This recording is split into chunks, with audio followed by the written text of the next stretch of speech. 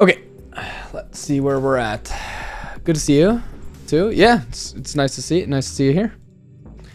All right.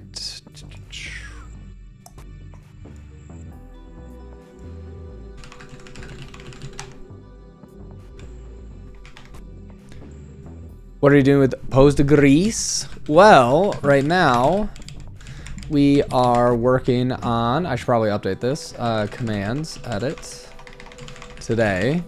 Writing a parser for SQL focused on the Postgres. So we have to read all the docs about Postgres. And then we can do crazy SQL things in OCaml, my camel. You're a window. Oh, oops. I don't have it running. I don't have it running, chat. That's why. That's why it's not running. Just hodl. Hodl. Sorry. My apologies. Should be ready now. Scammed. It's back. It's back. Well, good luck on your date. I will. Good morning. Postgres is my bread and butter. And man, would I like any meal besides bread and butter. That's funny.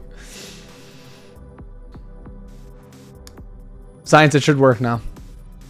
Did you buy ANSI ISO squeal document? Only $170. I did not. I didn't realize that it was to pay for it. What's up, Ashura? Good to see you. YouTube chat. Welcome, YouTube chat. You know, feel free to leave a like on the video, you know. What's up, Dan? Good to see you with the sword next to your name so you can continue to be an editor. Here you go, friend. Here you go, friend. All right, so here's basically where we're at. We got to restart part of this parser. I'll be honest. I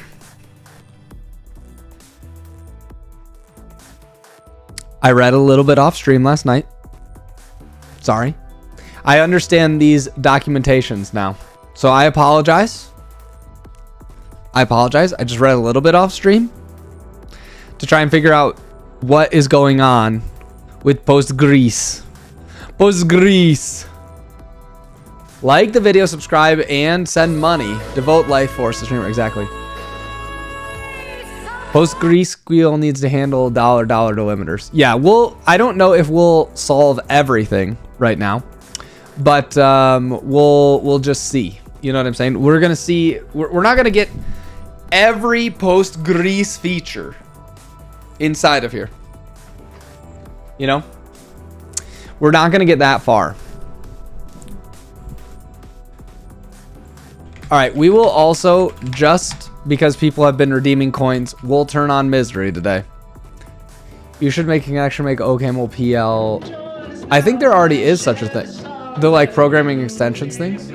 Pregress features. Yes, we're going to be on the pregress features. Exactly. Can you make select at the end instead of the beginning? Oh, I have been saying that forever. It would make it so much easier to think about.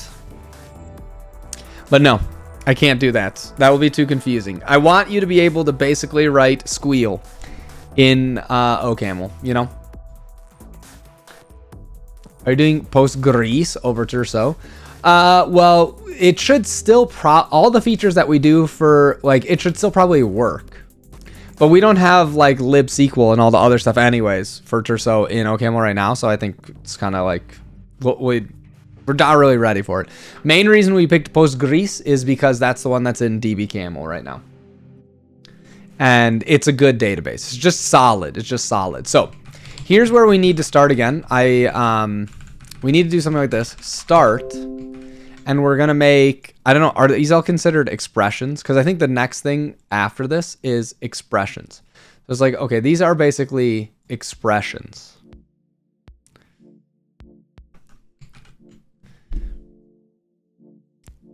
Right. So I'm saying like if you write SQL, most of the basic SQL would work for both. You know what I'm saying? So I'm saying like if I wrote a SQL parser, we could probably do not a crazy amount of work and make it like we could have it turn on Postgres mode or not Postgres mode. You know what I'm saying? Like it would be possible to do. But we're going to not do... What up, Ravon? Boom. So, okay, so we gotta start back to here, and I think we're gonna start with just getting an expression. We have to do all of these parts first, and then after we do this, then we can skip the data definition stuff for now, because we're not gonna do this. We're gonna go over to queries, and then we'll handle some type shenanigans as well. And then there's some functions and operators, but we'll see there. So pretty much we're gonna start here.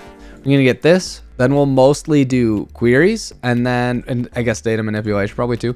I don't know how many of these we're gonna do, and then we'll do the last thing. UW Ash. Exactly, yeah. So I mean, if we can get this working, I don't know what to tell you guys. I'm not gonna make every single possible feature in Postgres available to me immediately. Stop, kid! Or is it stoop kid? Thank you. 8 months. Is it because I can't tell if you're saying like stop because their last part's kid, or if it's like stoop kid. So anyways, all right, stoop kid from Hey Arnold. Nice. Okay. Oh, I haven't thought about Hey Arnold in a while.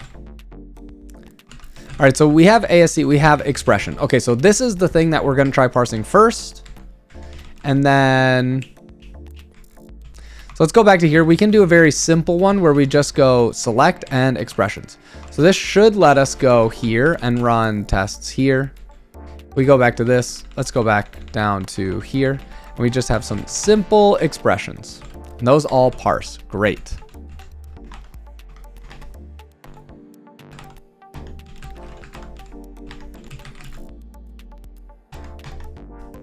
Cool. So we can just start going down here. Great. Apple locks you in. I can cancel Disney Plus, which I can, or you're saying can't. Let's add a small ORM in it. Just a small one. Yeah. Well, they don't want that sweet, subscription to go down. So, okay, so this is going to say there's a sequence of commands. A token can be a keyword, an identifier, a quote identifier, a literal, or a special character symbol. Tokens are normally separated. A keyword. Oh, a token. Or special character. Tokens are normally separated by white space, but need not be if there's no ambiguity. For example, the following is syntactically valid SQL input. Okay, yeah, that's fine. Which tokens are valid depends on the syntax. A token can be a keyword, an identifier, a quote identifier, a literal, or a special character. Yeah, okay. Yep. Currently selling wine and iTunes for Windows. Nice. Now that's living the dream. What's up, Real? I'm doing great. What about you? I hate ORMs with a passion. Well, we're not really going to make an ORM. Depending on your definition. Just depending on your definition. So, in the example, our example of keywords. Yep. So the tokens my table and A are identifiers. The identifier is this. Therefore, sometimes simply called names. Keywords and identifiers the same lexical structure, which you can't know which one is which without knowing this. Yeah, that part's fine. People who can write squeal hate ORMs with a passion, myself included. Yeah. Squeal with extra steps. It depends, but yeah. Okay, so here we go. See, let's yoink this here, and let's write this part out, right? So for our lexer, we've got this. Squeal identifiers can begin with the letter A to Z.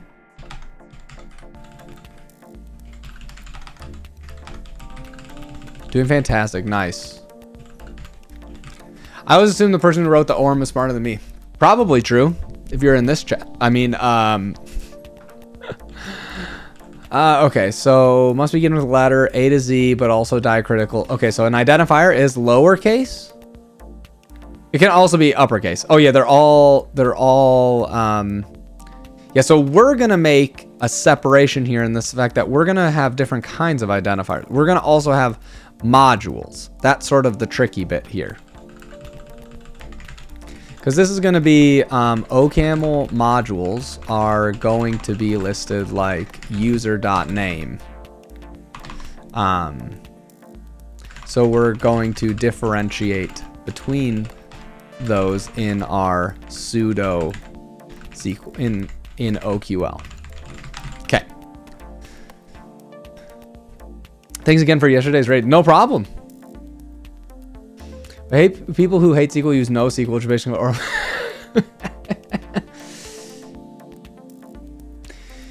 yeah, I'm shooting more for how can we bring type safety to our queries. That's what I want.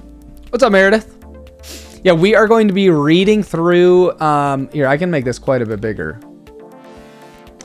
We're going to be reading through as much as possible as Postgres docs and seeing how far we can parse. We're going to do some more of this. People who wrote some great ORM and also hate actually using one. Yeah. I saw Postgres and got bored. RIP. All right. So this is subsequent characters can be letters. Yep. Underscores. Yep. Or digits. Nice. So we can do 0 through 9. I have to do 0 through 9. Okay. What's up, minions? Actual types here, types. That's the goal. Yeah, like Prisma for OCaml. Not really, because I want to write it like. This is number 4 now. I want to write it basically like. Let's see. Where's my example? I think you should just write it like this, and we'll parse this and make sure it works and everything's valid. And if it's all valid, it'll get compiled into an OCaml module like this. And with this OCaml module, you'll have this as a type safe query that you can run.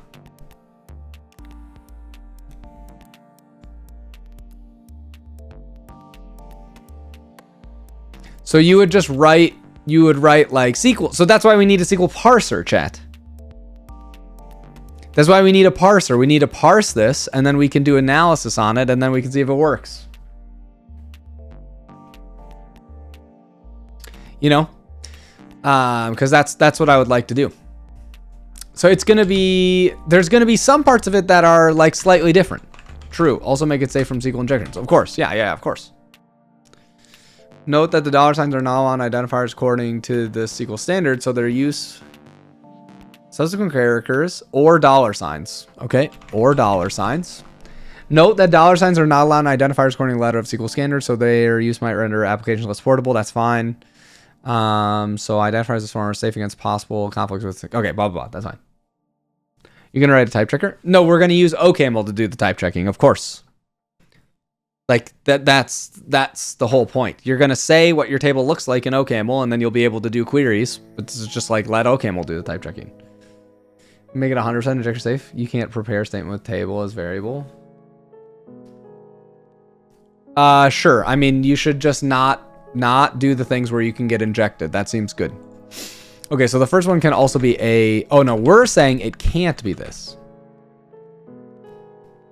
I think I can do let, so we should be able to say something like let, valid identifier chars, and then do this. Oh, well, actually we don't want to share these because these are not valid for, I think you can use numbers though. You can use a number for sure. Yeah. But it has to start with a capital and then it can be any of these. Okay. That's great.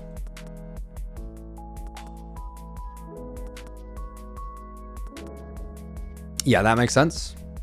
Null select from module and identifier. Great. Stop being smart. Can't do it. Okay, so that's identifiers. Great. System use no more than, I don't care about this. Don't write identifiers that are too long for this. Just encapsulate queries in repository to functions. This function will provide type safety. And inside this function, just trust your squeal. That's the part I don't like doing. I want it to feel as safe as writing OCaml. Keywords and unquoted identifiers are case insensitive. Oh, right. We also have to write quoted identifiers at some point too, which that part's kind of goofy, but that's fine. And as update my table set convention, keywords in uppercase and names in lowercase. Yeah. Second kind of identifier, the delimited identifier or quoted identifier. It's formed by enclosing an arbitrary sequence of characters in double quotes. Limit identifier is always an identifier, never a keyword. So select could be used to refer to column name or table name select, whereas an unquote will be taken as a keyword. Got it. The example can be written with quoted identifiers like this. Update my table set A equals 5. Okay, so we also need to handle this case, right? Because you should be able to do... I see. Yep. So we need quoted identifier. But I already had strings. Strings, though, are with a single quote. Okay, so we also have let quoted identifier. And we'll assume... How did I do this in this one? I think for string...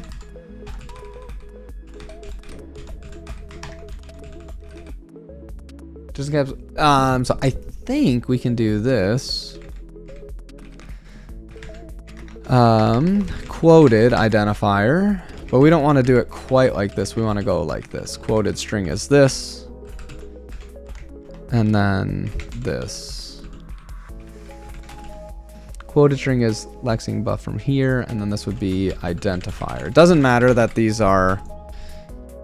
Yeah, that should be good. One. Yep. Yeah, that should be good. So if we go back to here and we say what could be an expression, we can also have a quoted identifier. An identifier can be equals quoted identifier field. I guess it's not technical. It's not really a field. That's the wrong name. It should just be identifier, right? I guess we don't know what it is.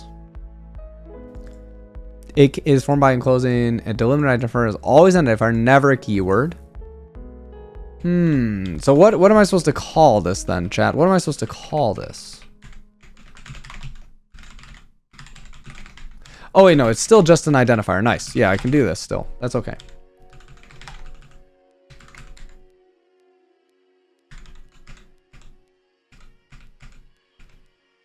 Oh, right. Yeah, okay. Okay, so let's go to our select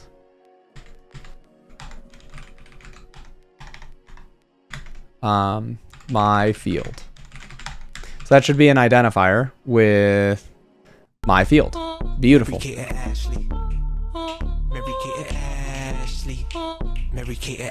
are we writing a parser? Indeed. We're going to write a parser for Postgres. Gornch. All right, we're cruising. We're cruising right now. Okay. So then with that, maybe we, instead of calling this field, some cappuccino today, huh? Maybe we shouldn't call this field. We should call this. Oops. They just call. Okay, so that's where I'm not sure what I should call this then. Identifiers and keywords must begin with a letter. This is an identifier. So I'm just using the wrong name here. I don't think we should call this field. We should just call this identifier. What are you parsing? We're going to parse Postgres. Of course, all the SQLs. Why do this in OCaml? Just because there's something else. We're going to use it inside of OCaml to make a really cool thing. What's up, Joy? Joining from Ghana. Dang, that's crazy. Welcome. The query? Yes. And also, like, we'll do like all sorts of queries. Selects, inserts, blah, blah, blah, etc., right? Maybe even a way to declare tables. I don't even know. I don't even know yet. We're going to have to find out. Okay, so this is just the wrong thing. Let's change this to say identifier. These are just called identifiers. I should not be calling this something else. Let's change, and I guess an expression can also be star. That's the thing I don't know what to call. You call this by itself. Sequence characters. Always identifier, never a keyword. What do they call star? I guess we don't know yet. We don't know yet. Ah! That was a surprise flashbang. Very surprise flashbang. Yeah, we'll see what happens. Can we first invent a language-independent language definition parser format? Let's do it, yes.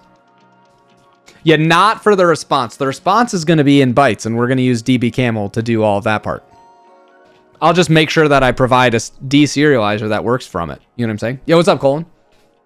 We indeed we are.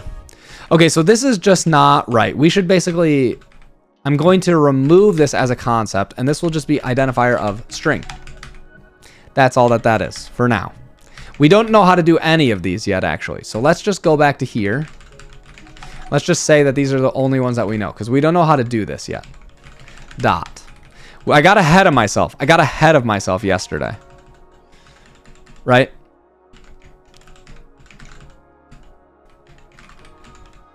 Whoops, whoops, whoops, whoops. Oh my goodness. What just happened?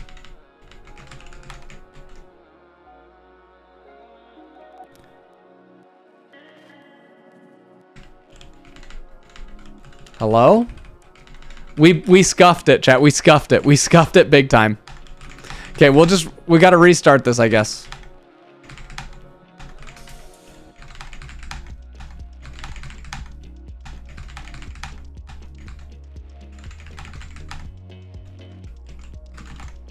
Okay, we'll restart misery. Sorry.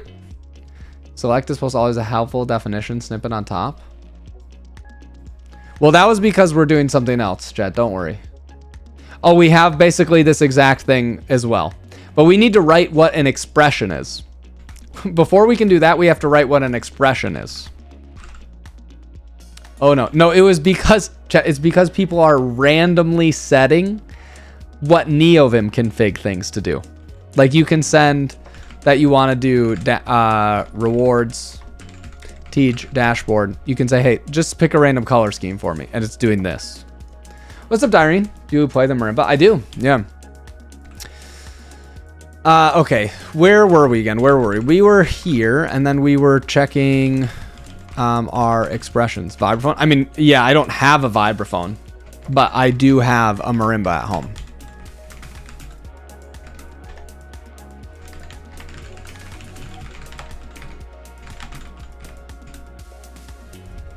Do you still use bouncy ball for sitting? I'm thinking about trying it. I only do it when prime raids, and not even every time.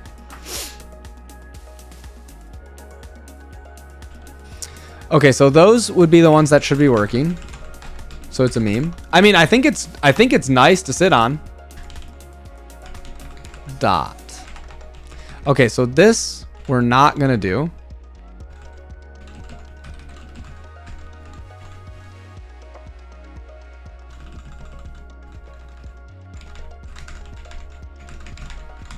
For now, we're just going to do this.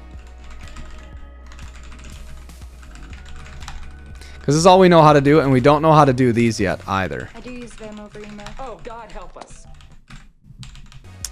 Great. We don't know how to do those other ones, so we'll come back to them later. Simple select. We don't know how to do star. That's true too. Select name from users.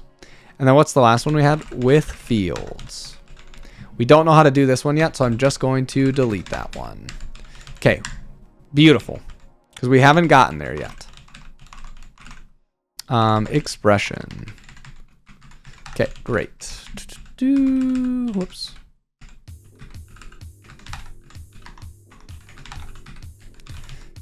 Excellent. What's up, Pac?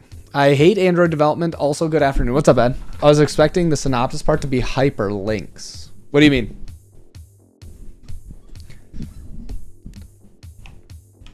What up, Alexi? Good to see you. Okay, so all right, so now we have identifiers. These are exactly the same. They just parse into identifiers. So it doesn't matter. Besides this, they're identifiers, so that's good. We'll always omit them probably as quoted identifiers because that's smarter to do. I don't. My Dactyl doesn't really do that, and I have a like keyboard mat thing that makes it so that it doesn't go anywhere. Except the character with code 0, that's fine. Quote identifier also makes it case sensitive, which is bonkers. Holding of unquoted name to lowercase in Postgres, which says unquoted name should be hold uppercase, thus foo. If you want to write portable applications, your divider always quote a particular name or never quote it. Yeah, just don't quote it. That's crazy that you would depend on that, right? Does this mean that in Postgres, if I did like my field, that's not the same thing as my field if I'm trying to do from a table? Does anyone know? Is that what I'm reading it? They are not the same, you're saying? So can you make columns? You can... Okay, so you're telling me I could make... You're telling me you could make a table where you said select my field from users, and those would be two different things. I know, but it's saying when you quote them, it's different. These would be two different columns. Okay, that's definitely good to know. That is definitely good to know, because I did not know that.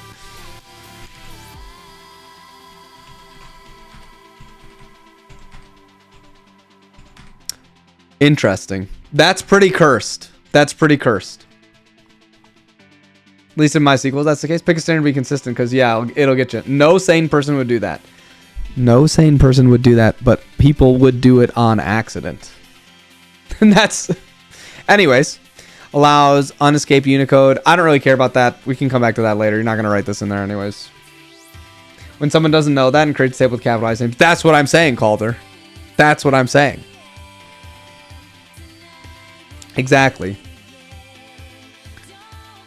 If a different escape character than backslash is fired, you can use U escape clause after the string. You escape this. Okay, well, we're definitely not handling that either. Just keep it to snake case. Yeah. Such is my life. That's wild. I did not know that. We are going to hopefully not have to deal with that. That's my hope.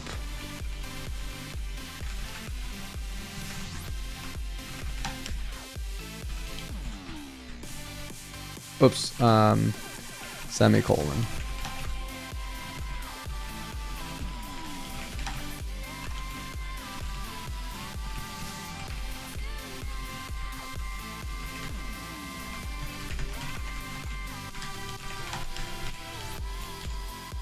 I've only worked in MySQL MariaDB with case insensitive. No idea when you consider the opposite. Well, normally it's case insensitive. It's only when you're quoting it. This is why we read the spec. We find out so many interesting things like this. Anyways, we don't need to worry about this. We need to worry about that. 3 kinds of implicitly typed constants in Postgres: strings, bit strings, and numbers. Constants can also be specified with explicit types, which can enable more accurate representation and more efficient handling of that system. These alternatives discussed in the following subsections.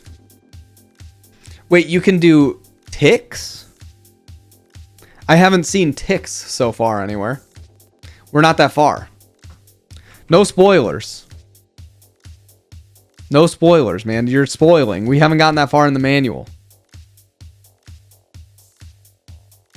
All right. A string constant in SQL is an arbitrary sequence of characters bound by single quotes. For example, this is a string. To include a single quote with string, just do 2 adjacent ones. Note it's not the same as double quote. Spoiling the doc. I know. Like, we just got started. Don't give me the ending. I don't know what happens next. 2 string constants that are separated by whitespace with at least one new line are concatenated. Should we support this? I don't have to support everything. I can just say that this is stupid. You can't write this. Just write it. Just write it. Just write it in one string. At least it didn't get banned. For now.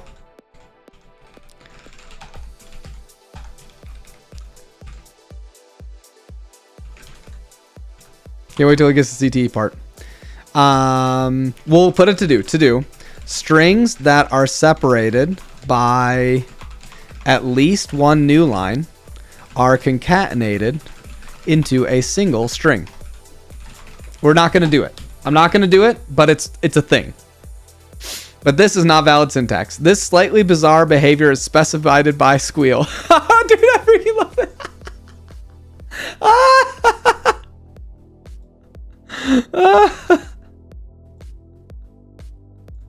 Oh my goodness.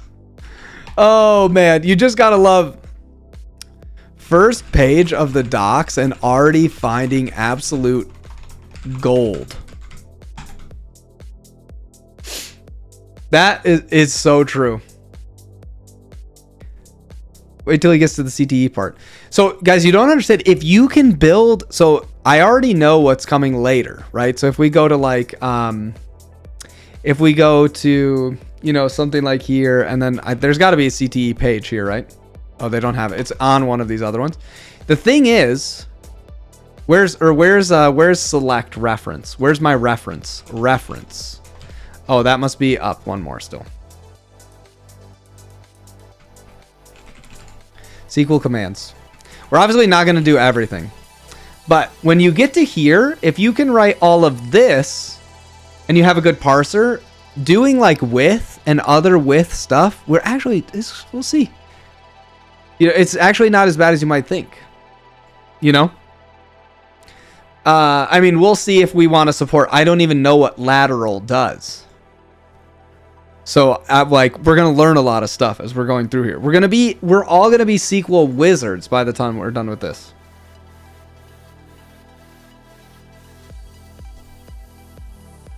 Going to doing this thing. Any plans for SQLite or MySQL? I'm gonna try and not do a crazy amount of like Postgres specific stuff, and so then we'll just see. Lateral joins are very cool. Nice. We're just gonna see. So far the plan is let's read the docs and see what we can learn. Hey, good girl. Okay. So that's fine. String constants with C-style escapes, also escapes, which are extension of this. Any escape string is specified letter E just before the opening single quote. For example, E foo when continuing escape string constant lines. E the only first quote. What?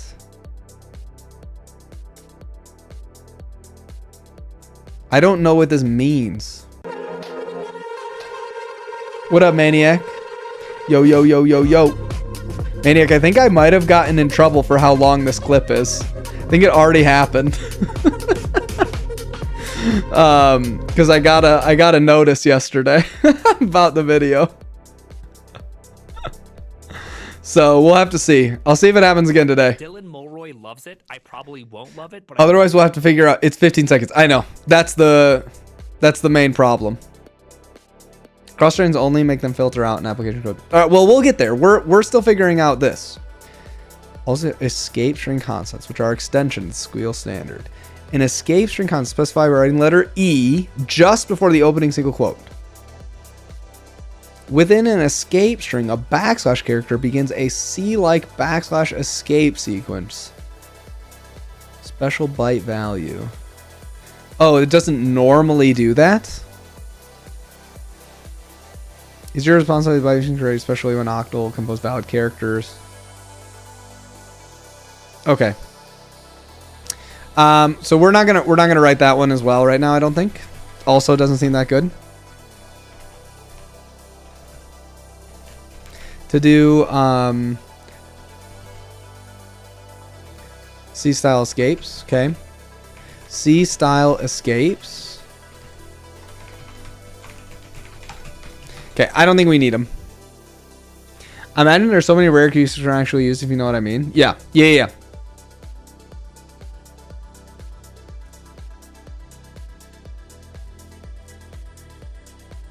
Escape strings are for criminals. Good to know. So we're able to get columns now? Not yet. We're at string constants with Unicode escapes. I also don't care about this. This is fine. We can do, like, this is really easy to fix later because we just learn how to parse strings later, right? That's so funny. It guessed Unicode strings and then the next one. Unicode escape strings. What was your discount code for Thorson's book? I think we did TeejDV, or maybe it's just Teej. I don't remember.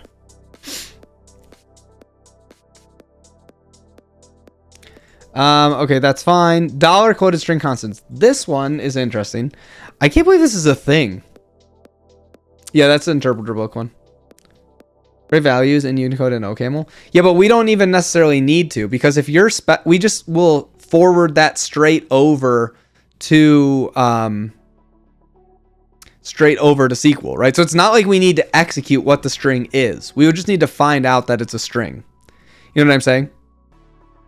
So we don't necessarily need to do that. You know what you guys understand what I'm saying, right? This part's kind of annoying because we have to write for some tag as well inside of here, which we can do the simple version first, which is just like dollar quotes, right?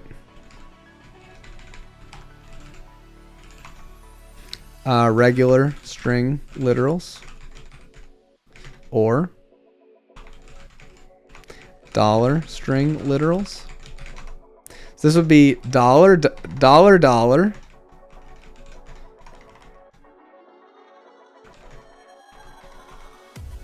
and then not Not, but this isn't right either. This is not $2 in a row. We need to say, I don't want to see $2 signs in a row. Yeah, I know. I don't know how to write that yet in this situation. I think I did see OCaml Lua implementation. Someone had something for this, which I don't know that I checked for mine. Did I have long comment? I had this. Right, I didn't write anything.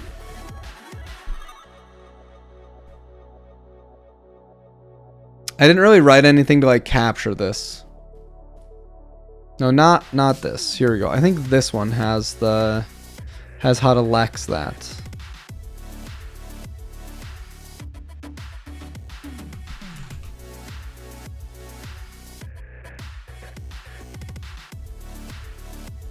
Yo, Flake and Nelly, thank you. Thanks for the subs. The more dollar signs used in your language, the more money you can generate. It's true. It's true. Many such cases, chat. Long comment. So this is the one where I stole long comment from. Long comment at parse EOF token lexbuff map. But this, I don't think, handles the fact that you can have like $ equals $. What, there's another one somewhere, I thought.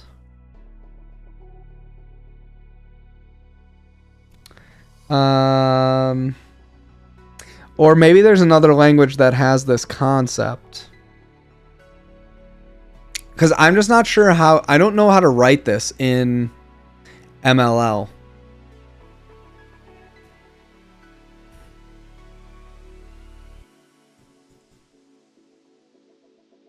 Fun if NP string buffer contents.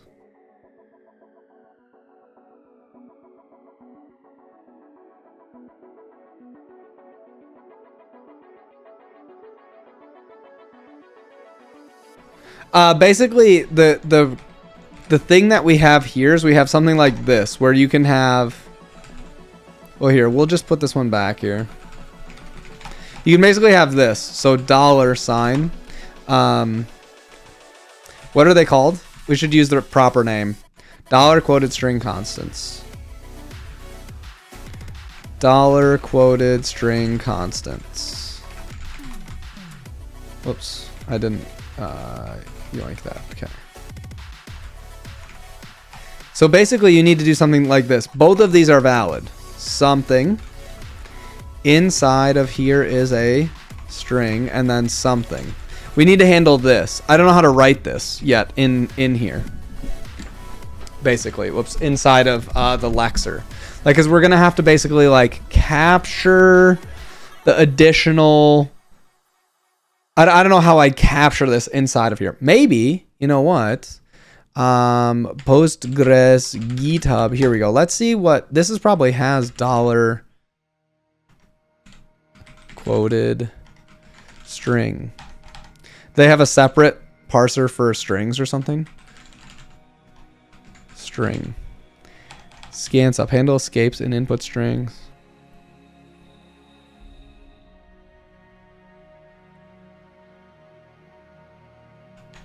Because, like, where is... You can do it. You can totally do it here, GitHub. I know it. I believe in you. You can find it. Look at you. Oh, there's just a lot of them with... These all say this. So we need to do something like...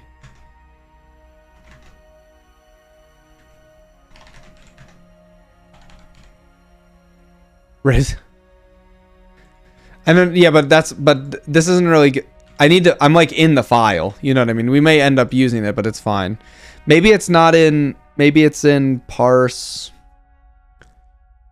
Gram parse. Parse expr. Maybe it could be an expr, I guess.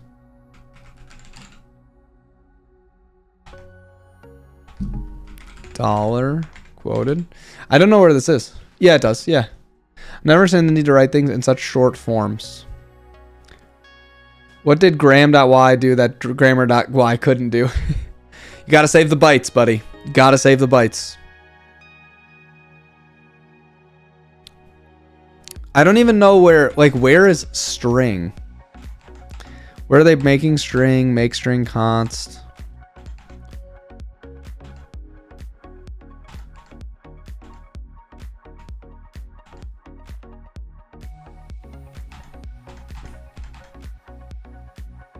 Op boolean or string, op boolean or string true, false p on.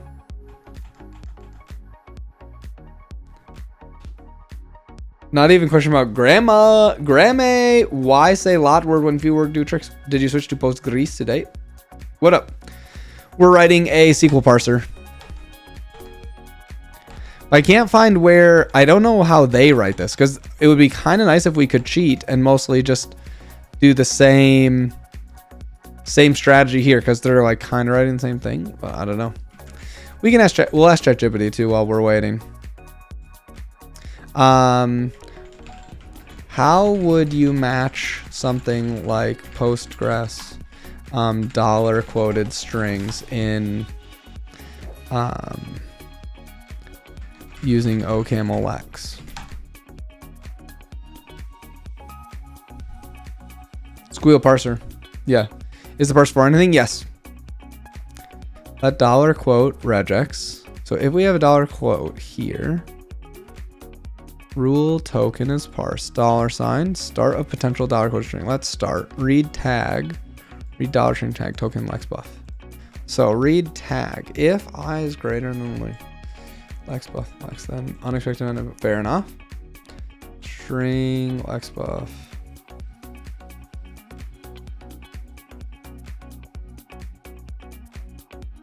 Where are we even using dollar? Read dollar string.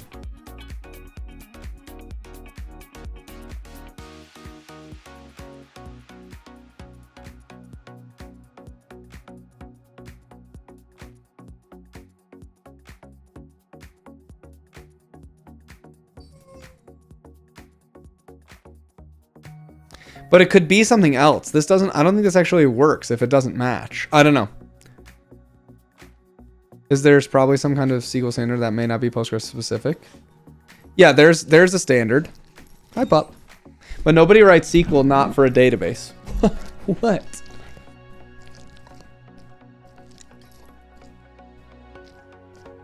We have to learn a ton about Postgres. We're gonna write a parser for.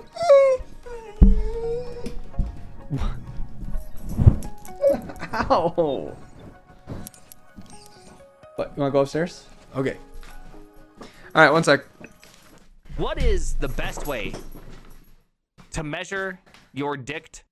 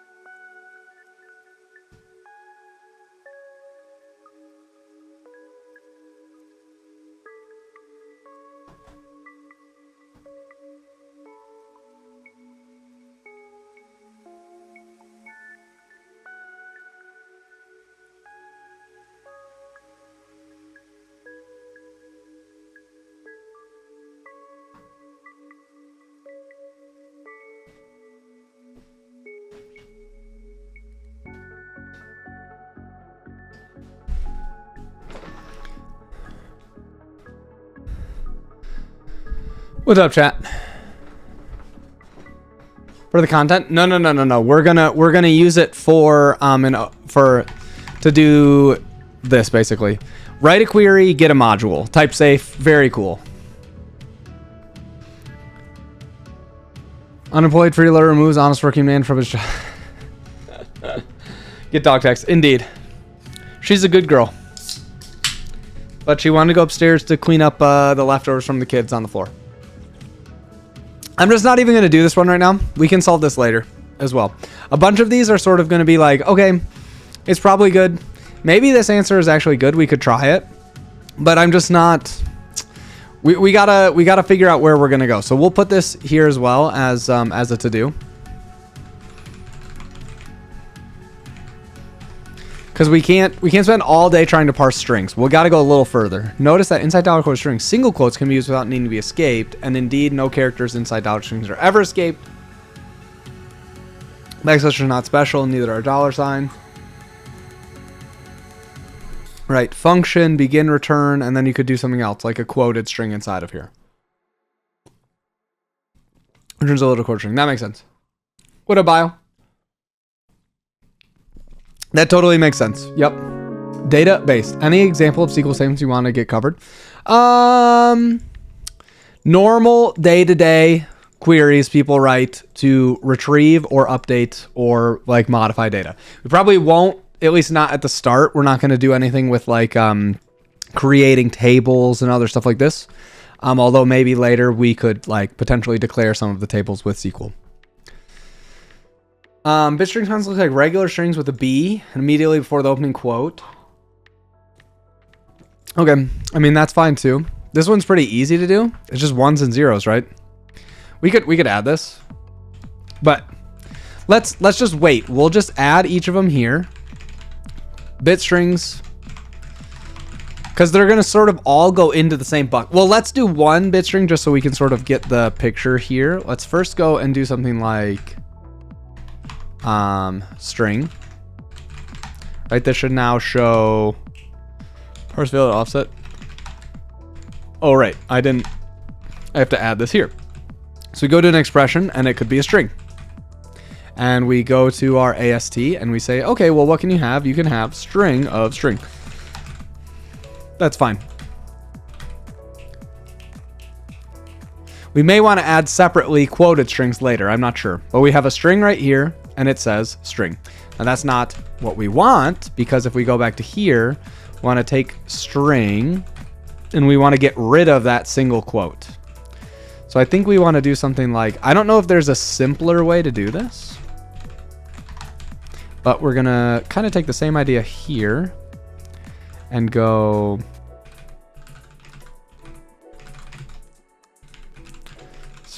string of this. So then we should have just string. Beautiful. That's great.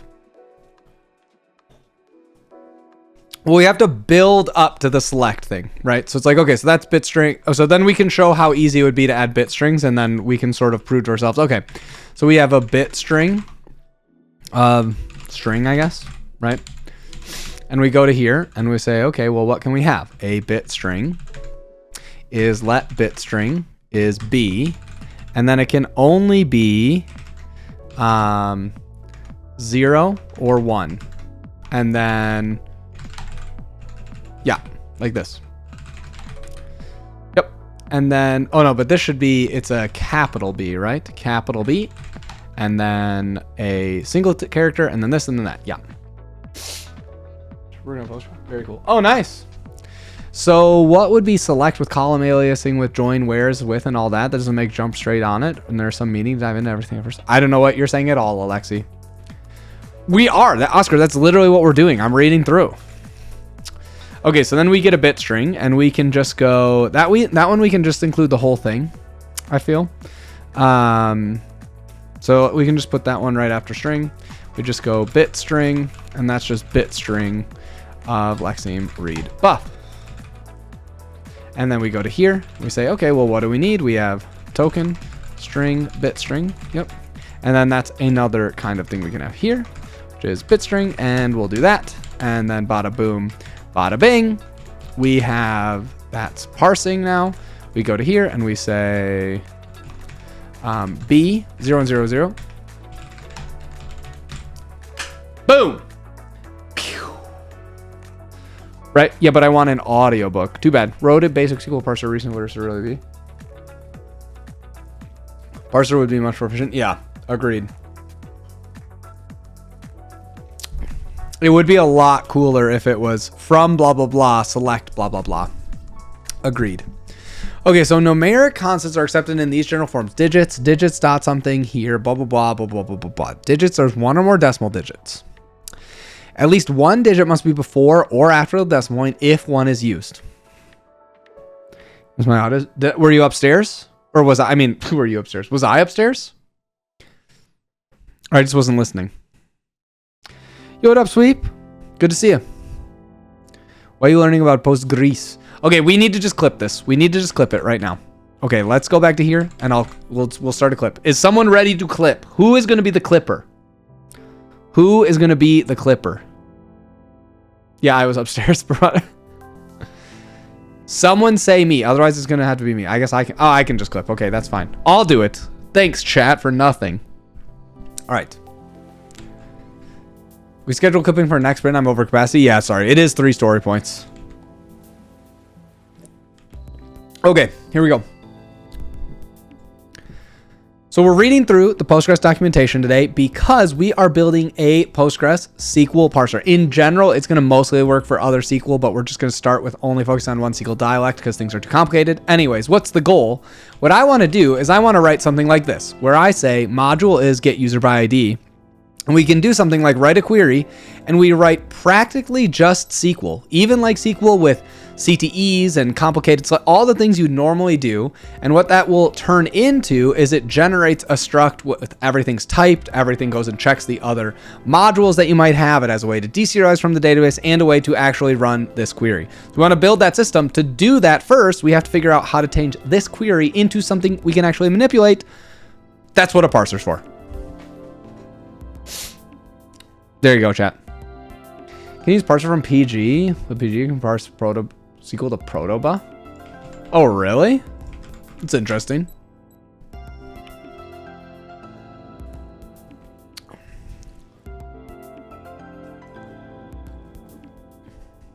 I thought someone was clipping it. Someone said me.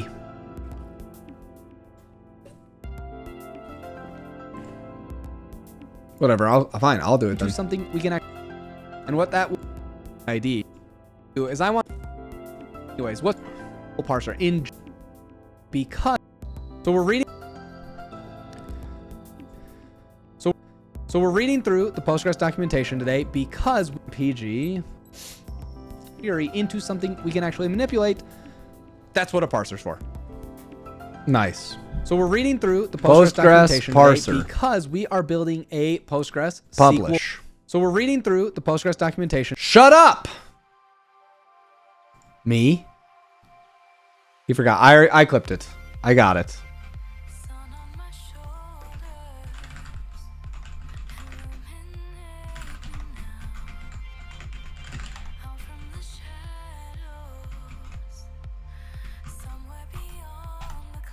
There we go.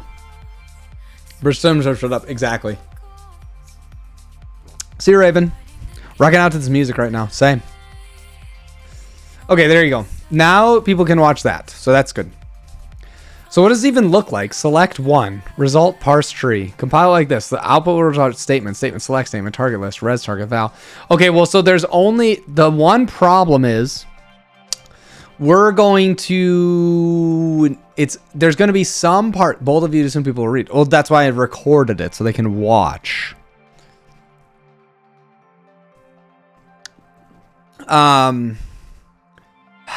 It would be cool to use this. That's actually a pretty great idea. We're not going to do it right now though, but I'm going to keep this for later. What is reading? I use ChatGPT to read to me. Exactly. What's up, Lanad? Welcome. All right, let's get back to reading. No streamers tell me directly what is being built. I will via a clip. To be uploaded later. Yes, they all go to my VODs channel, or if you're a YouTube member, you can watch them immediately after they're done. Okay, so there cannot be any spaces or any other characters embedded in the constant except for underscores, which can be used for visual grouping as described below. Note that any leading plus or minus sign is not actually considered part of the constant. It's an operator applied to the constant. Okay, that's good to know. Non-decimal integer constants are accepted in these forms. 0x000b. Okay, nice. Where hex are just more hexadecimal digits, blah, blah. These are some examples of valid non-decimal integer constants. Okay, for visual grouping, underscores can be put anywhere. Yeah, that's great. Underscores are not allowed at the start or end. Okay, nice. And more than one underscore in a row is not allowed. All right. The initially assigned data type of a numeric constant is just pointing for this. So in most cases, it'll be automatically coerced to the most appropriate type depending on the constant. When necessary, you can force a numeric value to be interpreted as a specific data by casting it. For example, you can force a numeric value to be treated as type real, float 64, by writing real 123. Postgres historical style. Okay. These are actually just special cases of general casting notations discussed next. Okay. So what do they normally turn into? It's not possible to know from here whether they're a float or a number. Is that true? Like it's not enough to know if this is going to be coerced into an integer or not. Like if you just have select 42 from something, does it turn it into an integer? Is it N64? How do I know which one it is, chat? Boom. That's what we're doing. So does anybody know? I didn't catch that from inside of here. Because I guess it's saying I can't actually know that 42 is not going to be treated like a float, right?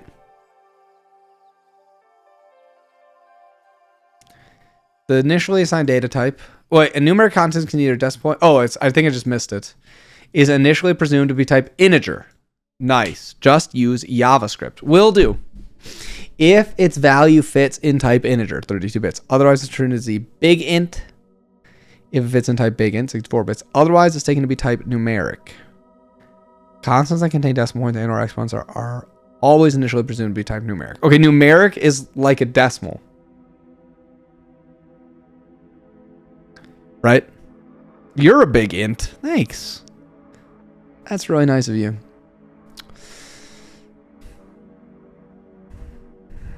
Okay, well, that's fine. We'll figure out. So we have, for us, we can just say integer probably. Oh, but we would have to know for parsing whether something is int 32 or not. Pravan, are you here? Pravan, are you here?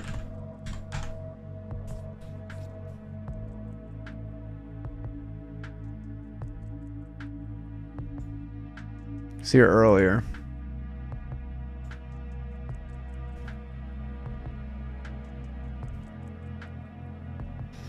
Because check the Postgres parser implementation. We did look at some of it, but some of it they may not be concerned about some of the things the same way I'm going to be concerned about them. Let's go here quick.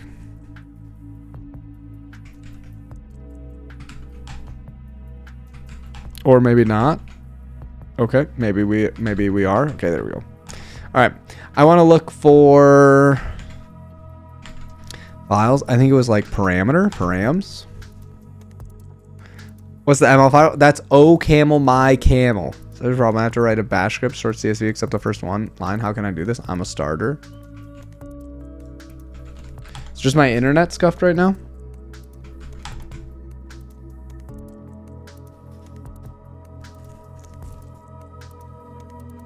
Yeah, I did work there. Oh, nice. That looks good. Uh-oh.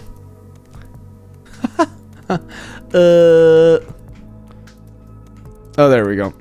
String, int, float, bool. Here you go.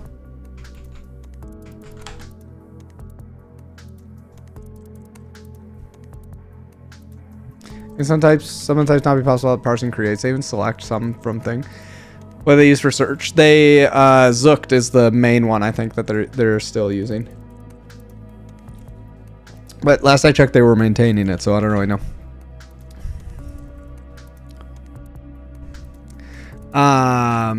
Zooked, Zoekt. I mean, you can just go and look at it. It's all open source. Okay. So yeah. So maybe. Well, so I would like to. So basically, some things can be coerced into other types, which is fine. And so that makes sense. But like, a string can't just be Oh, a string can just be. Is the example that they showed not that they could do this? Oh, this part's going to be kind of annoying.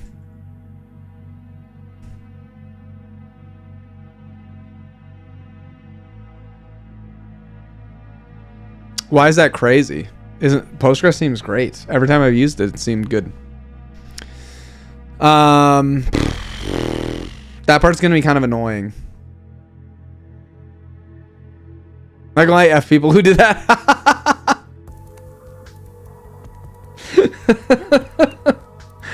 I mean, we can make this kind of work because basically when we get to expressions, we'll be able to say something like this, like type example is something that's like a coerce, and it takes like some AT and it returns it'll be some function that takes a B or something like this, and then it'll return BET or something like this. I don't really know. Something along these lines. I don't know how to think about this exactly.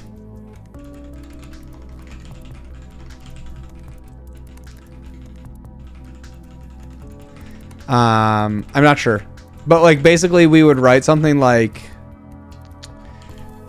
let me go back to where I done this before a long time ago when we had exists. Yeah, so here's an example. So you can write all of your expressions out, something like this. And you can say, hey, we won't have it exactly like this. We'll have something slightly different, I think. But basically you can take some query here, a query, and then it returns a Boolean expression. Okay, right? So later we can have something like this, which is like real. Oh my goodness, that's fine. So we would have something that looks like real, right? And it would take like expr, and what does it do? It returns a float expr like this. Does that make sense? Basically, this is just going to try and do this, and I think Postgres will just, I don't know what it'll do if it trying to throw shade at me. True. PSQL. Yeah, will this one still work? I just connect to this. Oh, it's just password, right? Real of hello. Select real. Oops. Hello. Is that not what I just saw? Ah! Select real 1.23. Invalid input syntax for type real. Okay, so it'll error. It just errors. That's fine. My eyes! Okay, so that's fine. So it just error inside of there. So that's okay. We'll just let that exist. Okay. So we're not quite there yet. We can parse a bunch of these different kind of numbers. I guess maybe we should just have number as the thing that gets parsed. Should we just parse it into numeric? Like maybe this should just get parsed into something like numeric of number, something like this, right? And we can have and number, and we can have something like integer of int. But we could coerce that to a float. That would be fine. We just have to think about how we would do it. And then they said what? Because what were the options? We had integer or we had numeric, right? Maybe this should be number. And then this would be like integer and numeric of float. Something like this, I guess. I'm not really sure because we can still convert these around if we needed to. Right? So you'd have numbers like this. And you have integer, which could be digits. It can be like this. And then it can be 0 to 9 or an underscore. What kind of language is ML? Oh, camel, my camel.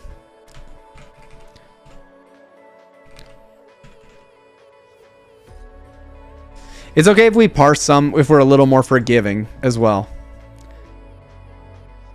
If we were a little more forgiving, that would be fine.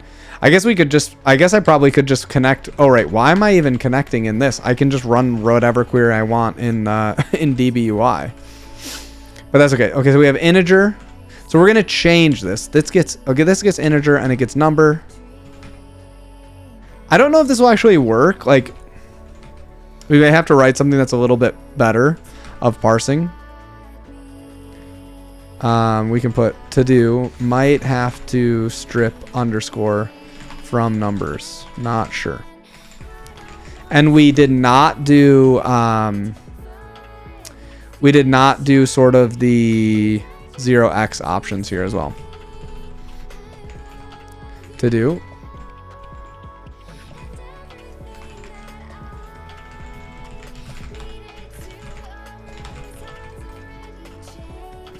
So we'll see. We'll see what happens there, but that's okay. So we go back to here, and what are we going to see? We're going to get...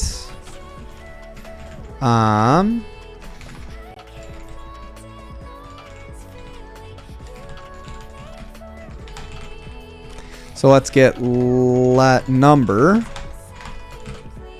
And for that, we need to do something like we're going to return a number here. Maybe we should go like this. And then this should return something like YML, not OC for OCaml, because it ends with ML for meta language. Standard ML. Integer. Number. Type float, let's type number. Integer, number.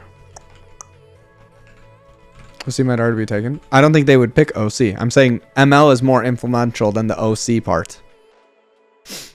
But it's still like a meta language, right, Oscar? So I feel like that's probably why they picked it.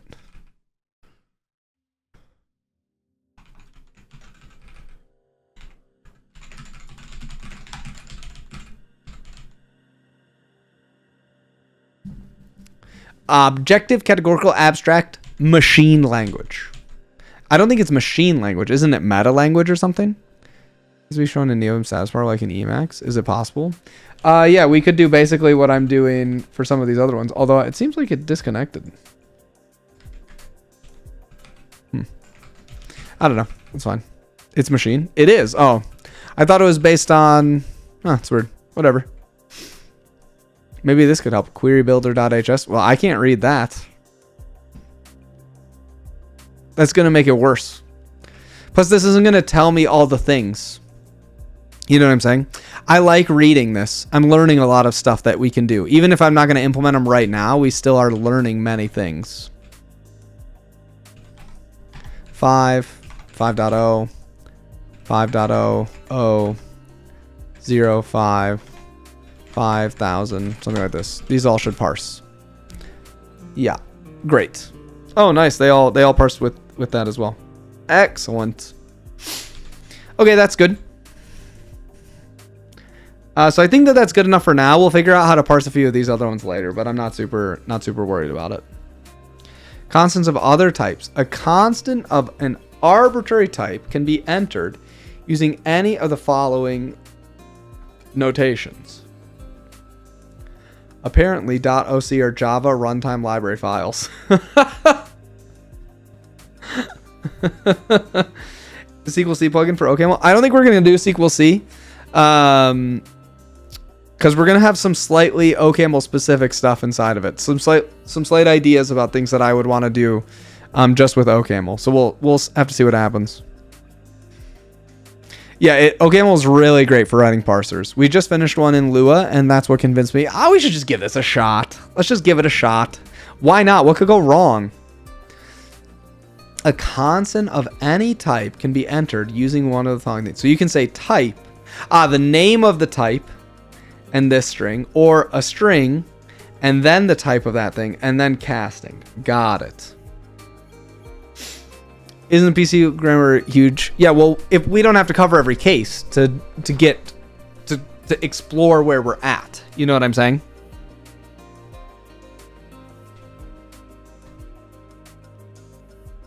Was machine language, but it was a joke with regards to meta language. Oh, interesting, Oscar. Got it. But 100% completion though. Well, it'll be open source. You guys can feel free.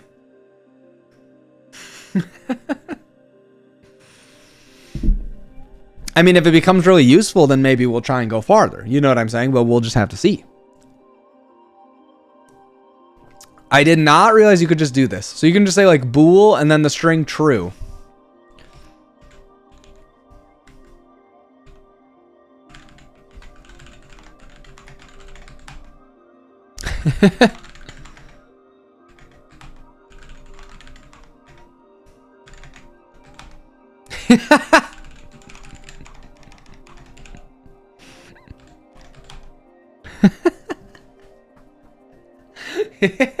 It's like so funny. Oh man. Select bool null. Can't coalesce. I know what this okay mode is not seeing semicolon, but I do see semicolon. Seems sus to me. It's just a way to say that you're all done with a statement inside the REPL. Select bool, nah. Select bool, nah. It doesn't have it. Doesn't have it. Select bool, nope. Doesn't have it either. Think of all the errors that it's prevented. Yeah, okay, so anyways, we can know that this is a Boolean. That's all that really matters. So basically we have this thing where we have something like, we need to write this for each of these where you have an expression, so you're gonna have basically a keyword. Do we know kinds of arbitrary types? Can it be any type? Can it even be created types? No way. Jose. Echo. Jose. I'm not gonna get it right. Jose. I'm still terrible at it, chat. Did I get it? Oh, or was I close at least? No way. Jose. What's up? Oh man. Someday. 10,000 tries later. It's pronounced Jose. Not in Brazil. Seen the syntax more? Didn't know there were more? Yeah. Okay, so we need to basically, I guess we would just parse this into something like, so that would still just go as identifier string. So if you have identifier string, right? So this is where we're going to get into parser land shenanigans, right? I'm not sure. I don't know which one is which. Brazil mentioned? Exactly. Come to Brazil? Yeah. I'm here. Jose. I already lost it. I lost it, chat. Okay, so an expression can also be something like, this is, would you call this typecast? What would you call this? Constants of other types. Type constant. Typed constant? I don't know. We'll call it typecast, I guess.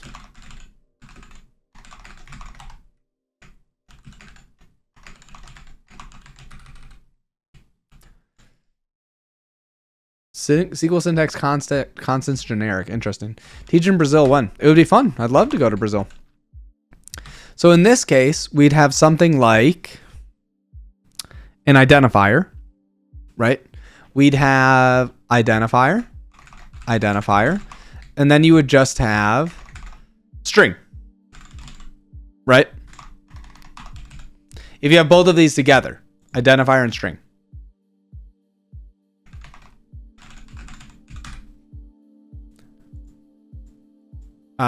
This we should just change to string.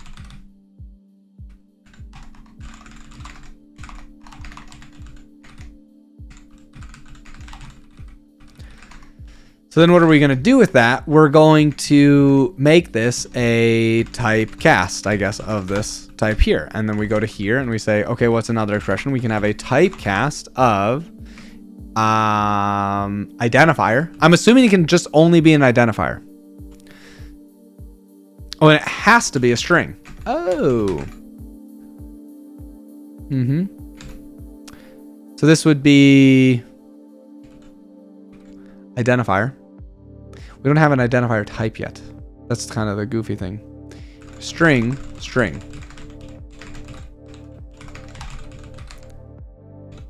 Expression type expression, got type string. Oh, I see. Right.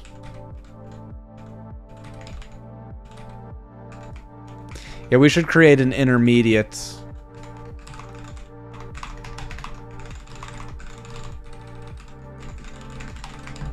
I'm gonna SQL stir.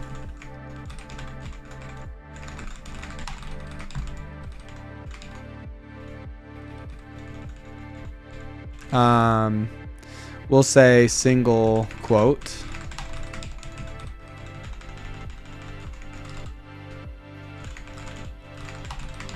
Oh, I guess this could probably be any of the different string things, right? Which is kind of goofy. So we'll do SQL stir. Not really sure. I don't really know. Okay, because then this should be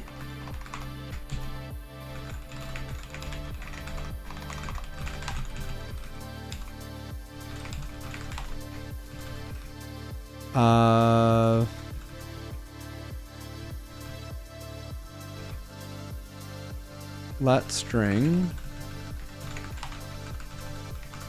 expression type string. No, that's not right.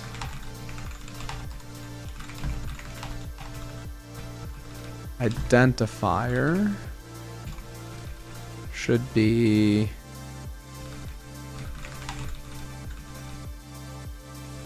oh, I see. Yeah, because we haven't made an identifier here. Does this work? Can I go select bool? Nope. Or no? I can. Yeah, so it has to be a proper identifier. Okay. So, and we'll go identifier of identifier. And identifier equals unquoted of string. And we'll have to have some other ones. We'll have like quoted of string. Oh boy, are we parsing squeal? We sure are. We sure are. We sure are. Okay, so that's really what we want to say here, because this has to be some sort of identifier here, and that has to go there. We go back to here and we say, what's an identifier? This one should be unquoted. And then this should be identifier. Like that. Is expected to have type identifier, got type identifier. Unquoted.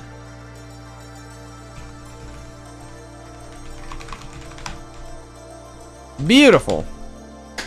Previous I might have worked on multi-dialect squeal ID with 8,000 line tree diagram. Have fun. Nice. Oh, Chris, what's up, buddy? I didn't even notice it was you. Is the value not enough? I'm a little bit worried that at some point we're gonna do something that there's a difference. So for now, we're gonna sort of just let ourselves. It's not really.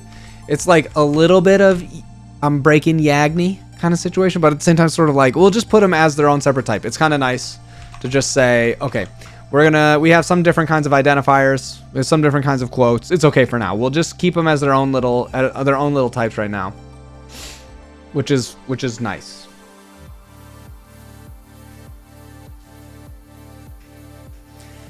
Because now we can say a typecast takes some identifier and some SQL string. Right, that's what it is. It can be a bunch of different kinds of SQL strings, but it's a SQL string. We'll write some function later that takes the SQL string and gives us the string back, you know what I mean? Or we'll delete that type and we'll fix it and that'll be just fine.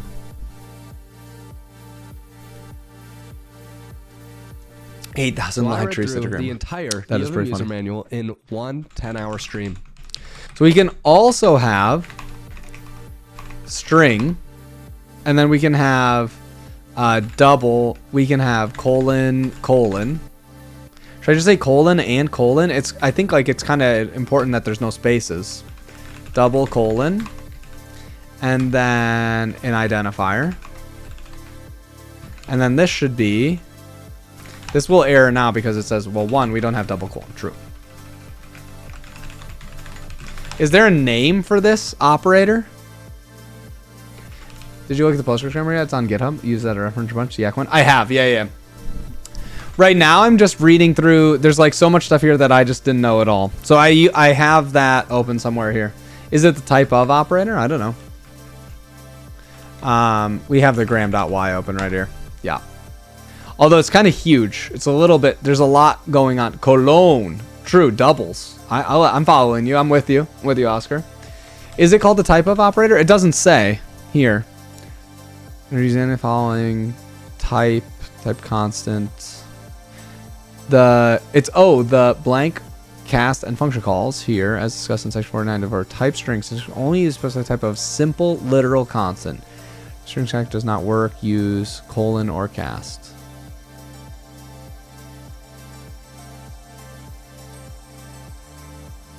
What's it called in Treatster? That's a good question. Are you gonna yeah, we're just gonna read through the docs. We're gonna learn a bunch of random stuff about Postgres while we're doing this, and then have fun. That's the plan. I mean, this is for now. I guess we could call this type of. Well, it is just a double. It is just literally a double colon. So we'll just.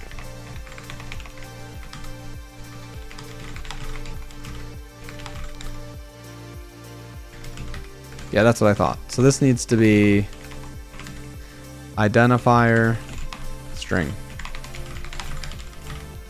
Great. So we can go back to here and then we can say something like, what were we checking? Oh yeah, we can check like bool, yes. We can say yes, bool.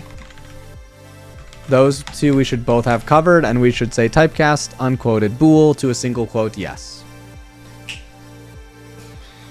Nice, chat, nice.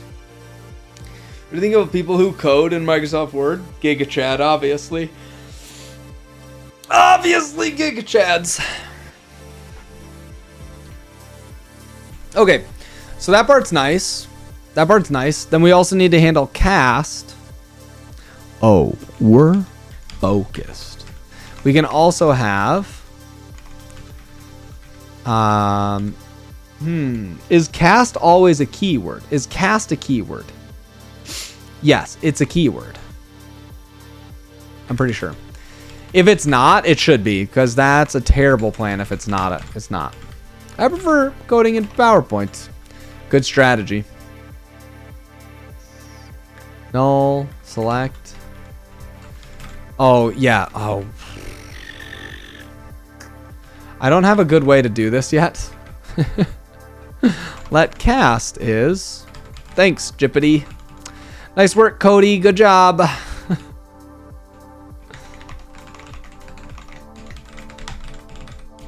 You can cast Fireball? I don't know. We could try.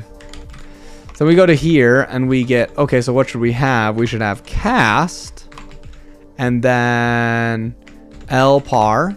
And then... a string. It's always... It has to be a string. String.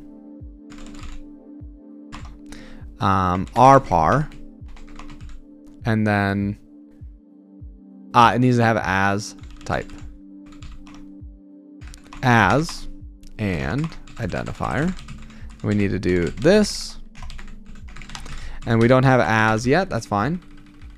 Just another keyword.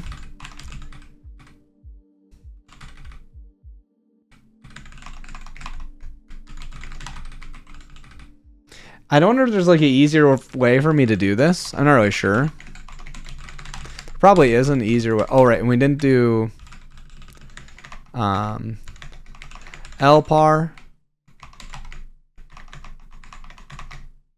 rpar. Go back to here. We say lpar, rpar. Push the current slide on the call stack, then jump to call slide. What up, Bash? Bash, did you see my comments I left for you? Syntax error, line 14. This probably doesn't work as... Which line? 19, yeah. That's what I thought. I thought as was a keyword in OCaml. That makes sense. I did. That's good.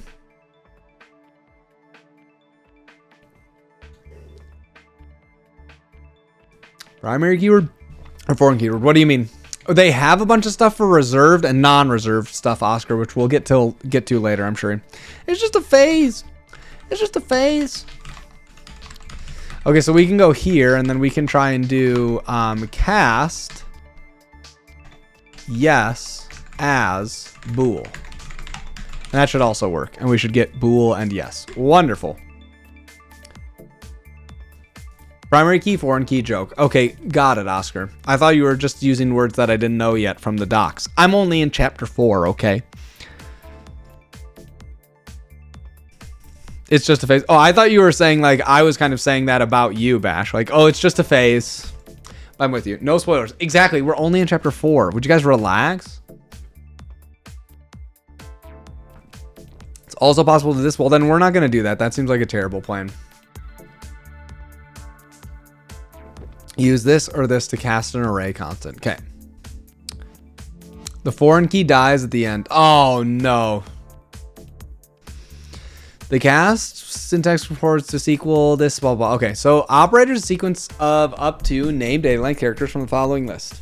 An operator name is a sequence up to name data length -1. There are few restrictions on operator names.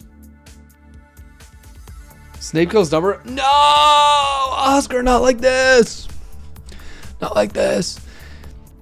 Okay, so there are a few restrictions on operator names. Dash dash and slash star cannot be in an operator. Oh, this is for like custom operators.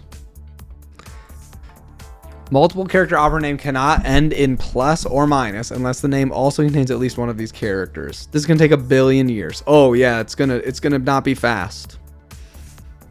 SQL injector is revealed to actually be SQL all on. No. Oh, we're focused. We are focused. For example, at minus is allowed operator name, but star minus is not.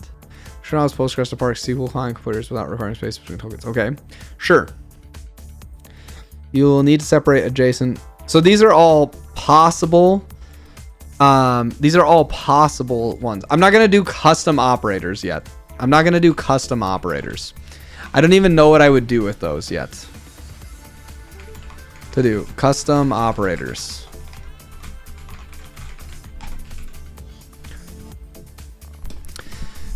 That's whatever. Okay, so special characters. Some characters that are not alphanumeric have a special meaning that's different from being an operator. There's just squeal all along. What? No, at?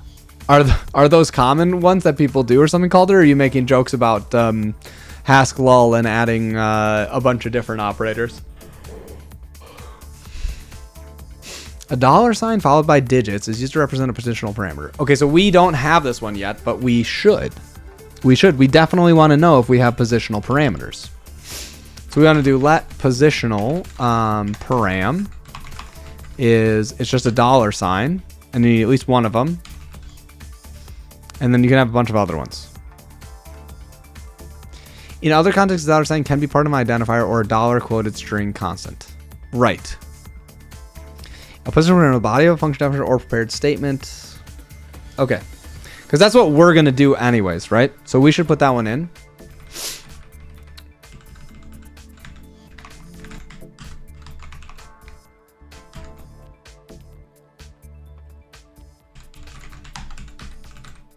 We go to here and we say token int positional param. That's great. And now we go back to here. We want to say 137, something like this. It doesn't know how to do this yet because we haven't done it. That's true. So another type of expression can be positional param of int. Great. We go down to here. It could probably just go in expression. I don't think there's any reason to put it somewhere else. And then that should parse. And then we get int of string. Aha, right. This needs to actually be let identify or let position is this, and then we need to do in let position is int of string, but we have to go string.sub, and we're going to take position and we're going to go 1.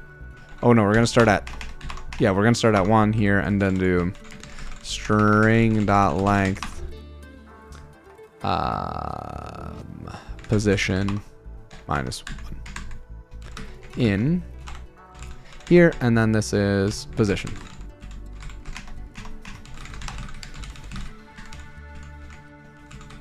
Oops. Boom. Position param. Run. Position param 37. Oh, feels so good, chat. The test suite available somewhere? The test you're going to need to write for the person. No. We don't have to handle every case, chat. We're just going to keep on going through, and then we'll see how far we get. Also, we don't have to write complicated tests. We just use snapshot tests. You just use the snapshots. Just use the snapshots. Do you parse select one as from table yet? Can you do as from? Don't you have to put that in quotes, or it's not a keyword? I'm also gonna say, I'll also just tell people no. I'm also okay with just saying no. You can't use from as a keyword. This is a snapshot test right here. Like an ORM. Parts of it will be like an ORM, maybe query builder. Select one as from isn't from a keyword. I don't think I can do select one as from. If it is, I'm just gonna say no. Don't do it. Parentheses have their usual meaning to group expressions and enforce precedence. In some cases, parentheses are required as part of fixed syntax of a particular SQL command.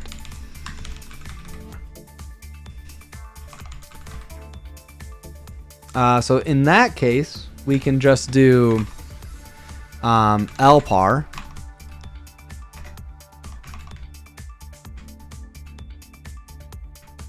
Ooh, we can just go delimited lpar expression rpar like this. I'm pretty sure. Boom. So then if we go back to here, we can also do one string.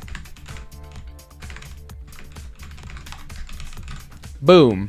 And we don't care. One and a string. Sure, there are many reasons why people generally prefer P-SQL, but why would you be introducing something MySQL and MariaDB? I have no thoughts on them at all. I've never thought about them once in my life. What about all the JSON operators like this? Well, we're not there yet. So I don't know. We'll see.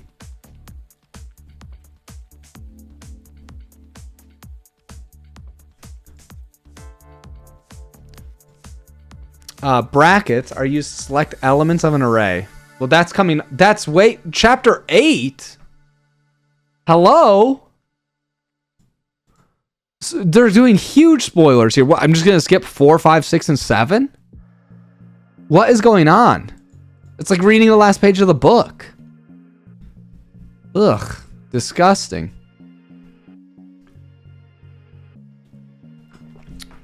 Well, I'm not gonna do arrays yet, I think, either then. So we'll probably just have to do arrays. But that's such a we'll handle that when we get to chapter 4. I'm just not gonna do it. Because I'm assuming they're gonna talk about the expressions.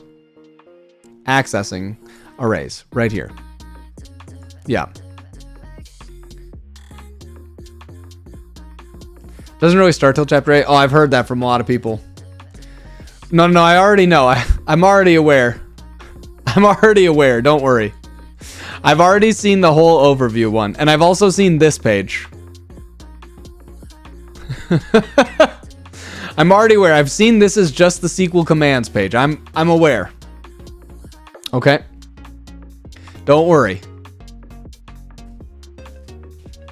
So we'll come back to arrays. But it's chapter 8.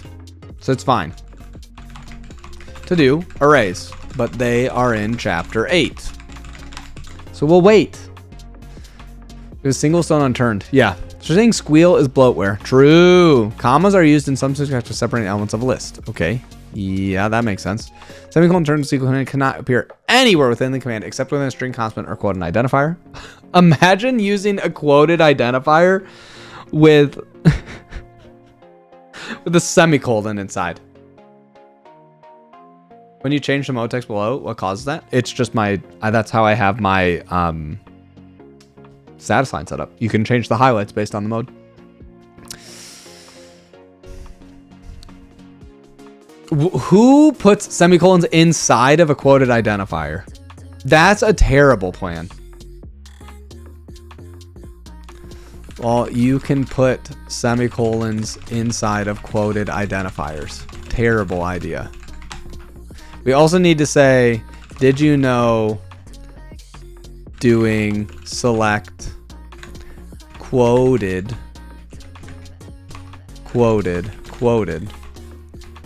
from X is actually different? Oh, we should do it like this.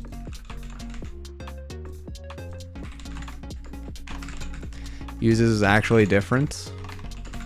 Quoted identifiers are wild. Table drop, exactly. Like you could name the field drop tables, little Bobby tables. Like what kind of thing is that? Okay, a colon is used to protect slices. Oh, I thought it said protect, but select slices from arrays. Okay, that's also chapter 8, so that's fine. Yeah, the second, I'm saying I should have probably been more clear, yeah. To be clear, the second and third are the same. I was just showing that only quoted things mess it up. Yeah. I'm gonna enable LSP for embedded SQL in Rust. You can't.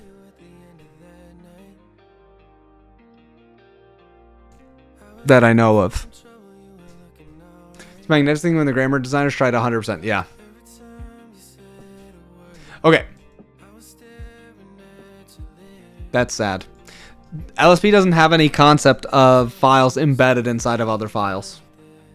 It just doesn't have that as a concept. What happened to the Biden meme? What do you mean the Biden? What meme are you talking about? About being focused? How would you say your mental focus is? Oh, it's focused. It's here. Oh, because we're focused today. SQLX technically will create compile errors for you. The asterisk, you can sometimes know all fields of a table, row, or command. Also a special meaning when you use the argument of an aggregate function, namely that the aggregate does not require any explicit parameter. Yeah. The period is used in numeric context and to separate schema, table, and column names. Yeah, got it. You guys can't just type focused. Like, otherwise, the stream would just only be people typing focused. Did you have the clip where he turns around and laughs? I didn't. Oh, true. You can. It's just not going to do anything.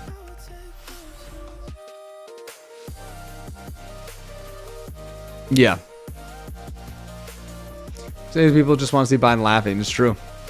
Focused! I think mods can. It's true. Mods can. I've given them the power, although I think I regret it. Some days I regret that decision a lot. Nightshade makes me regret it. What are you doing today? Don't understand. Boom, today. Alternatively, C-style block comments can be used. Okay, well, we may as well do comments then. A sequence of comments, double dash, extending on the line. Okay. Let comment is dash, dash, anything that's not the end of the line, line. Boom. Comment. It doesn't even matter. Should we return a comment? I guess we can return a comment. It doesn't really matter for now, but it's okay. We'll think about it later to see if we want anything. Line comments and block comments, cursed. There's going to be a lot of things we find out very cursed. I don't think have I ever even seen someone write a C-style block comment? Yes, I have seen people write C-style block comments. I have, yeah. I have. Python has the worst multi-comments. So then what we need to do, here's the trick. When we go to our run here, we do skip comments. We can just say comment, skip comments, buff, boom. Now it doesn't matter. So we go to here and now we can do something like numbers. And it won't care. It'll just skip this. And then we can say typecasts. And it doesn't care. And then we can say positional params. And now we can say parents. And those will all be fine. And it doesn't matter. It just skips them. It just skips them. What's going on here? Boom, today, thank you. Squeal's Curse Language, have you seen DBAs? They all look old just because of SQL, exactly. Can you switch the parser report from table select AB? I'm not gonna do that, even if it's tempting. Even if it's tempting, we're not gonna do it. Maybe we will. No.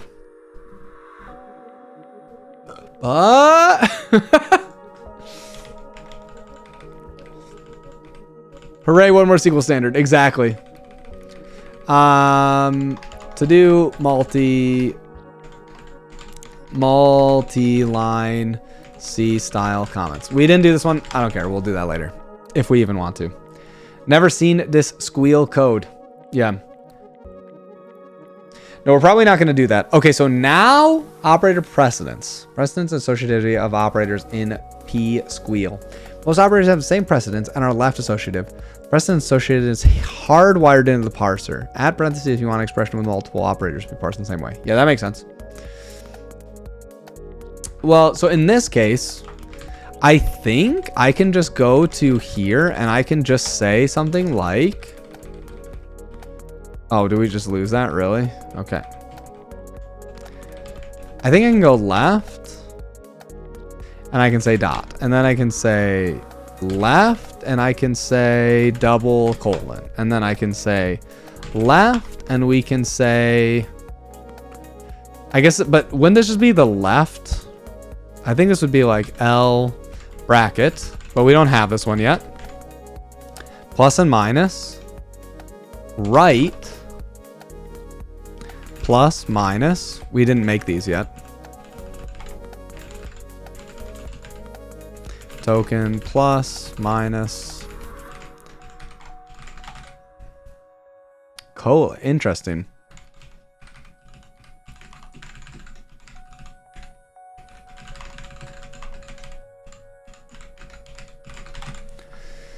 Maybe you gotta deport this in the end.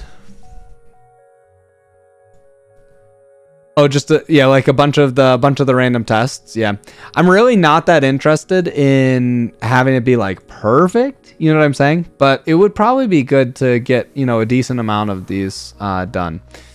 Yeah. Like, do we really need, you know, do we really need to do this anytime soon? I feel like we're so far away from this. You know what I'm saying?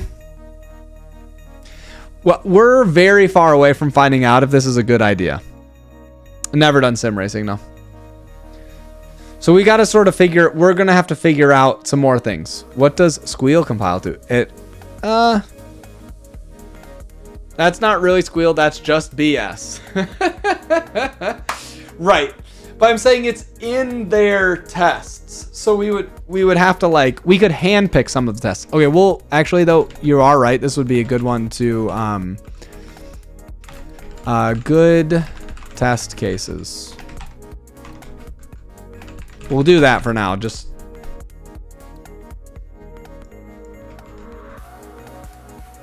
oh, nice. Yeah. SQL glot. Python SQL parser and transpiler.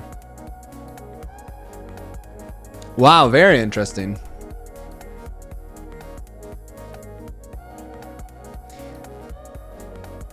That's pretty cool. Yeah, we'll keep this one as well. This would be another good good one to keep around. SQL is BS too, just a different flavor.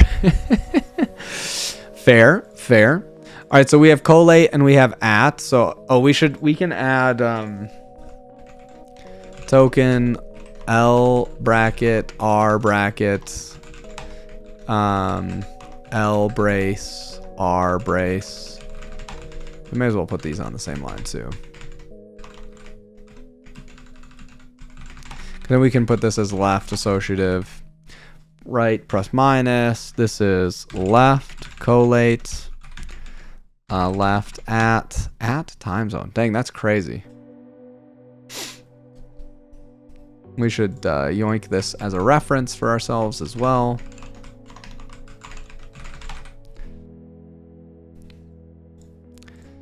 This is left caret, left star, and slash, and modulo. I guess we should say percent, because that's what we've been calling the other ones. It's a little bit weird because these ones are all operators. Slash percent plus minus unary post. Oh,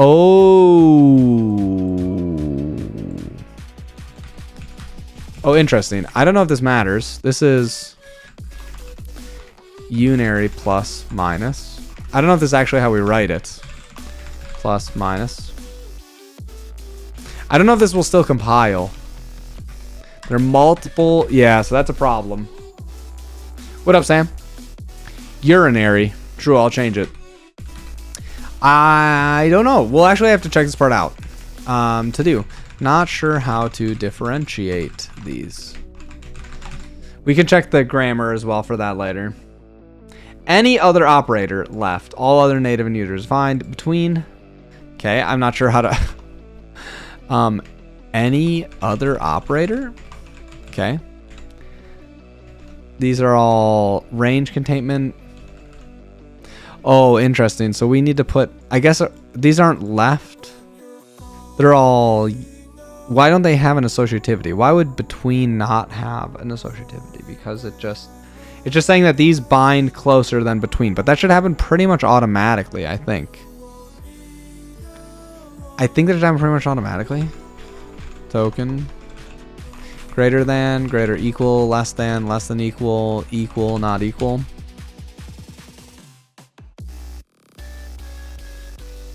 So these are all between, in, like, I like, and similar. Okay, we'll have to figure out how that sort of fits into the equation there. Like, do I still say left? I'm not sure. Possible for nulls on a query parser level. User will have to normalize and use a lot of additional tables to represent data via 1 to 1 or 1 to 0 should be doable. Well, I'm not sure. Why do I need to forbid nulls? Why do I need to forbid nulls? These aren't left associative? They're just neither. Can I just say prac here? I actually don't know. Can I just say this and then say less than? Before this. Non-assoc. Oh, I think I just say non-assoc, right? Less than equal to, greater than, greater equal to. I think that's fine.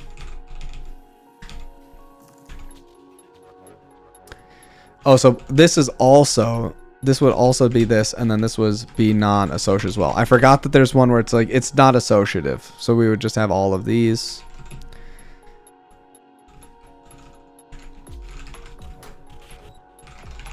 Aggregates with nulls are a pain. Oh, because of like coalesce unless null then 0, this kind of thing. That kind of thing. These are non-assocs. Yeah, that would be interesting to try and solve. Precedent and associativity were solved an eon ago. See Lisp. Well, I'm with you. So then we need non-assoc as well for is null, not null. And we need to make all of those new tokens as well. We'll parse all of them later. The L in squeal is for Lisp. It's not super well known, but it's true. Right is not, and then left is and left is or. Okay. From highest to lowest. I actually may have done this backwards. I don't remember which way I'm supposed to go. I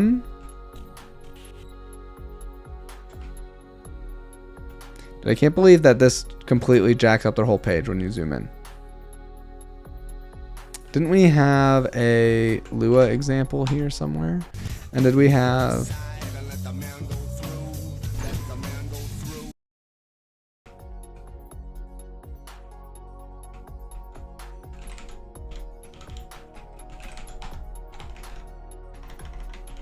Okay.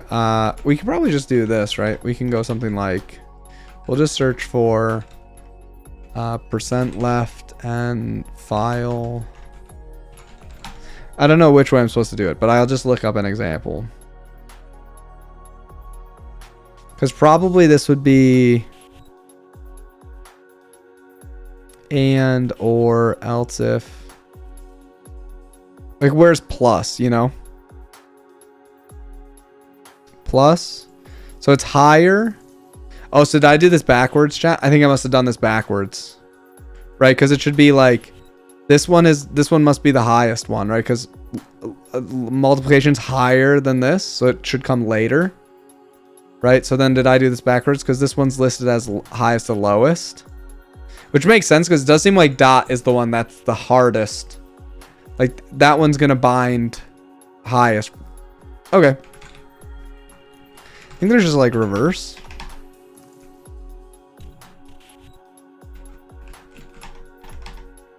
And there's just, like, rev. Oh, that doesn't do what I wanted. What are 5 extensions while writing? Okay, I mean. Chat, surely there's a way to... Oh, it's whatever. We'll just go like this. I'm not even going to think about it.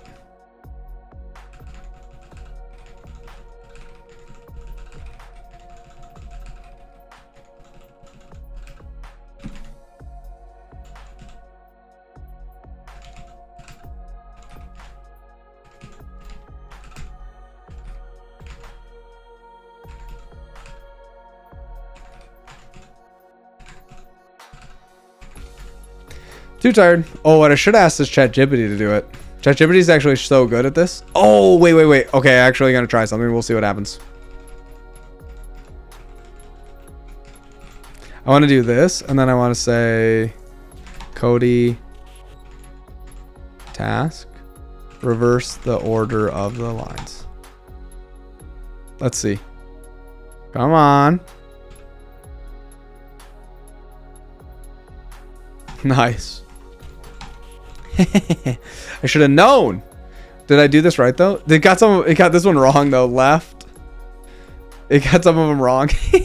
Not as Osh is not all class, dude. It's like such classic LLM, man. Such a classic LLM move. So it should be or and not is null not null. Less than, less equals, not equal to, yep. Plus minus, between I like similar, yeah, plus minus. Right, so these ones should show up higher. Caret, at, collate, and then we have L bracket, and then double colon and dot. Right, so that should be the highest. That should be the highest one. Okay, so I think that's right. It's a little bit weird to list it highest to lowest, because usually you would go like lowest to highest, I feel like this, but that's okay. When a schema qualified operator name is used in the operator syntax, as for an example, operator PG catalog plus operator construct is taken. We're not solving this for now. Oh, we're already to value expressions. Nice. Okay. We are getting close now. What is parser MLY? It's a Menhir file. It's a very cool parser library for OCaml. What up, Emil?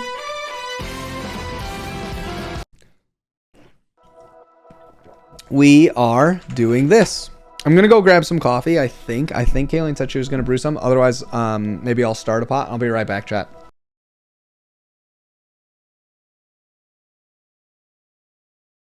Just watch the next video.